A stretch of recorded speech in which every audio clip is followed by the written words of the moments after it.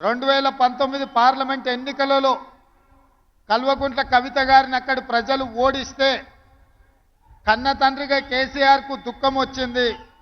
ఎంబడే తన కూతురికి శాసన మండలి సభ్యురాలుగా తిరిగి ఉద్యోగం ఇచ్చుకున్నాడు తప్ప మా స్టాఫ్ నర్సులైన మా చెల్లెళ్ళ ఉద్యోగాల గురించి ఒక్కసారి కూడా ఆలోచన చేయలే.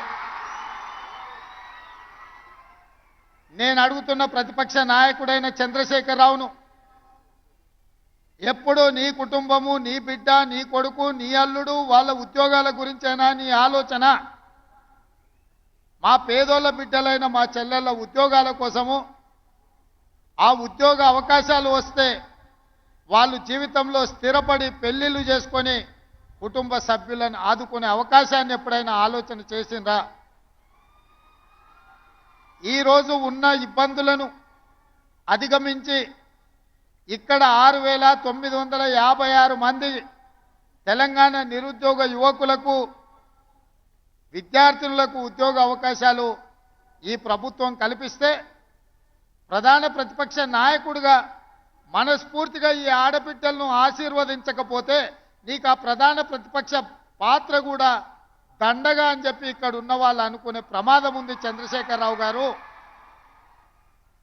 ఒక పక్కన మేము వీళ్ళకు ఉద్యోగాలు ఇవ్వడానికి ప్రయత్నం చేస్తుంటే, అడ్డంకులను తొలగించి ముందుకు వెళ్ళాలని ఆలోచన చేస్తుంటే, ఇంకొక పక్కన నీ అల్లుడు ఈరోజు ఈ ప్రభుత్వం మీద వీళ్ళకు ఉద్యోగాలు ఇవ్వాల్సిన అవసరం లేదన్నట్టుగా మాట్లాడుతుండు.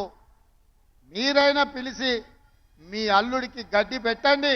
ఈరోజు ఈ పేదోళ్ళ బిడ్డలకు ఉద్యోగాలు ఇవ్వడం ద్వారా ఇన్ని వేలాది మంది వెనకాల వాళ్ళ కుటుంబ సభ్యులు, వాళ్ళ అన్నలు, వాళ్ళ అక్కలు, వాళ్ళ తల్లిదండ్రులు వచ్చి ఈ సంతోషంలో భాగస్వాములై మా బిడ్డలకు ఉద్యోగాలు వచ్చినాయని ఈ సంతోష కార్యక్రమంలో పాలు పంచుకుంటుంటే వాళ్ళని అభినందించాల్సింది పోయి వాళ్ళకు ఉద్యోగాలు ఇస్తున్నందుకు మా ప్రభుత్వం మీద శాపనార్థాలు పెడుతున్నారంటే మీ ఆలోచన ఎట్లున్నదో, మీ వంకర బుద్ధి ఎట్లున్నదో ఇక్కడికి వచ్చిన వాళ్ళకే కాదు, ఈ రాష్ట్రంలో ఉన్న లక్షలాది మంది నిరుద్యోగ యువకులు ఆలోచన చేసే సందర్భం.